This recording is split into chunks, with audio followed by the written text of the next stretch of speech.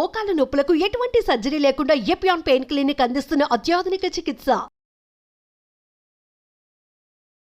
So దీనికి ఒకవేళ fatty liver diagnose అవుతే what are the first step అసలు ఎలా? సో మేము ఏం చేస్తాను, ఫస్ట్ ఫ్యాటీ లివర్ డయాగ్నోస్ కాగానే నెక్స్ట్ ఫైబ్రో స్కాన్ చేస్తాం. ఈ ఫైబ్రో స్కాన్ లో ఫ్యాట్ ఎంత ఉంది, ఫైబ్రోస్ ఎంత ఉంది క్లియర్ తెలిసిపోతుంది అన్నమాట.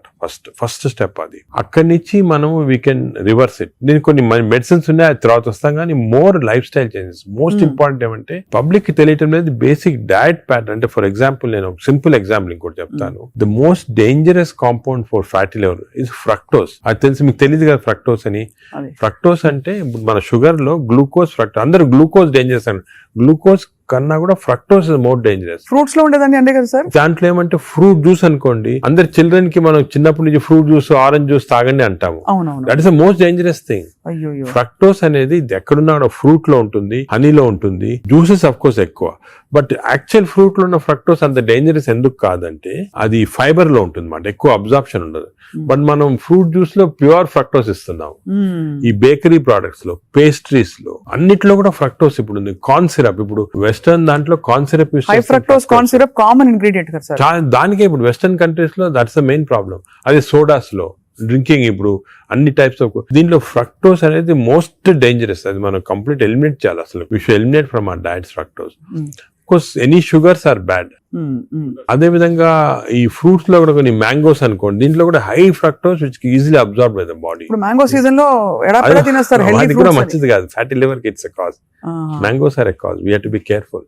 వేరేస్ వెజిటబుల్స్ లో కూడా కొద్దిగా ఉండొచ్చు ఫ్రక్టోస్, కానీ వెజిటబుల్స్ ఆర్ కాంప్లెక్స్ కార్బోహైడ్రేట్స్ కదా, అబ్జార్బ్ కాదు బాడీలో, దాని వల్ల మనకి ప్రాబ్లం ఉండదు. మెయిన్ థింగ్ ఇస్, నేను ఫ్యాటీ లివర్స్ వచ్చిన పేషెంట్స్ నేను I spend lot of time with them. Me diet ఏముంటుంది, చాలా మంది రియలైజ్ చేయరు వాళ్ళ ఈ కొన్ని వాట్ దేర్ ఈటింగ్. చాలా మంది మేము ఆర్టిఫిషియల్ స్వీట్నర్ యూజ్ చేస్తాం, షుగరే వాడిన ఉంటారు. Artificial sweetener is more harmful producing fatty liver. చిన్న చిన్న ప్యాకెట్లు వస్తాయి ఎల్లోవి, అవి ఎందుకంటే దాని వల్ల ఏమవుతుందంటే షుగర్ లేకపోయినా గట్ లో మైక్రోబయామ్ ఉంటుంది, చేంజ్ చేస్తాయి. ఈ microbiome produces substances producing fatty liver. So ఇట్నుంచైనా అట్నుంచైనా ఫ్యాటీ లివర్ దగ్గరకు వచ్చేస్తుంది. దానికే మనం ఏం చేయాలంటే ఆర్టిఫిషియల్ స్వీట్నర్ కంప్లీట్ ఆపమని చెప్పేస్తాను నేను వాళ్ళకి. అదే కొంతమంది మేము కాఫీ తాగుతామని మంచిది అంటే కదా లివర్ కంటే, కాఫీ పాలతో తాగితే మంచిది కాదు.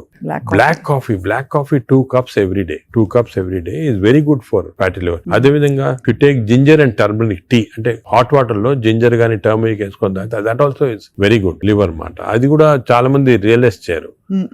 గ్రీన్ టీ కొంతవరకు మంచిదే.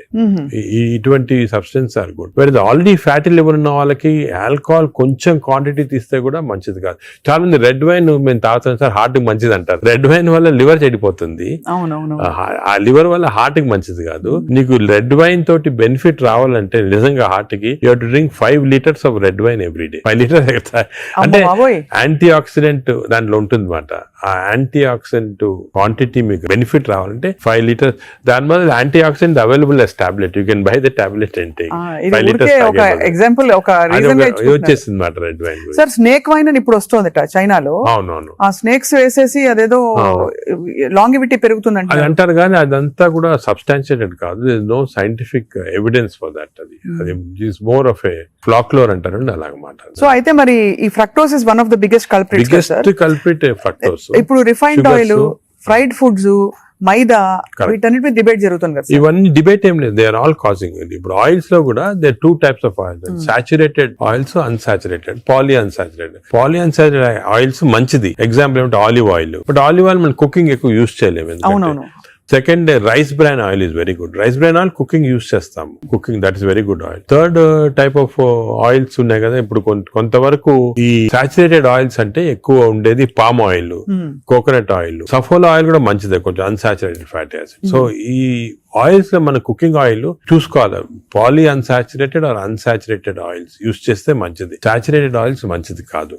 సో అది డెఫినెట్, అది కూడా డెఫినెట్. సో మన కుకింగ్ లో ఎంతవరకు ఆయిల్స్ యూజ్ చేస్తే, ఏ టైప్ ఆఫ్ ఆయిల్స్ ఆల్టర్నేట్ చేసి అంటే 1 month rice bran 1 month sunflower అలా చేంజ్ చేసుకుంటా ఉండాలి ఆయిల్స్. అది చాలా ఇంపార్టెంట్. మీరు చెప్తున్న దాన్ని బట్టి దాదాపు fried foods completely ban. Fried foods definite గా ఫ్రైడ్ ఫుడ్స్ లో ఏమంటే ఆయిల్ ఒకటి, ఇంకోటి మనం ఫ్రై చేసినప్పుడు ఆయిల్ బికమ్స్ హైడ్రోజనేటెడ్ ఆయిల్ అనేది చాలా డేంజరస్ మన బాడీకి. ఫ్రై చేసినప్పుడు అయిపోతుంది కదా. ఫ్రై చేసినప్పుడు అయిపోతాయి, అయినప్పుడు బాడీకి ఇట్స్ నాట్ ఆల్ గుడ్. ఇంకోటి ఏమంటే సేమ్ ఆయిల్ రిపీట్ చేస్తానే ఉంటారు. ఇప్పుడు బయట రోడ్ లో మిర్చి బజ్జీలు తింటుంటారు, ఆ 1 month సేమ్ ఆయిల్ ఉంటుంది. That oil is totally dangerous, బాడీకి డైరెక్ట్ గా వెళ్ళిపోతుంది ఫ్యాట్ కి. Air fryer sir, air fryer is better అంటారా? ఎయిర్ ఫ్రైయర్ డెఫినెట్ గా ఇప్పుడు want to eat fried food, air fryer is better. అది ఎయిర్ ఫ్రైయర్ లో కూడా స్మోక్డ్ ఇది వస్తుంది అనమాట, అది దట్ ఈస్ డెఫినెట్లీ బెటర్.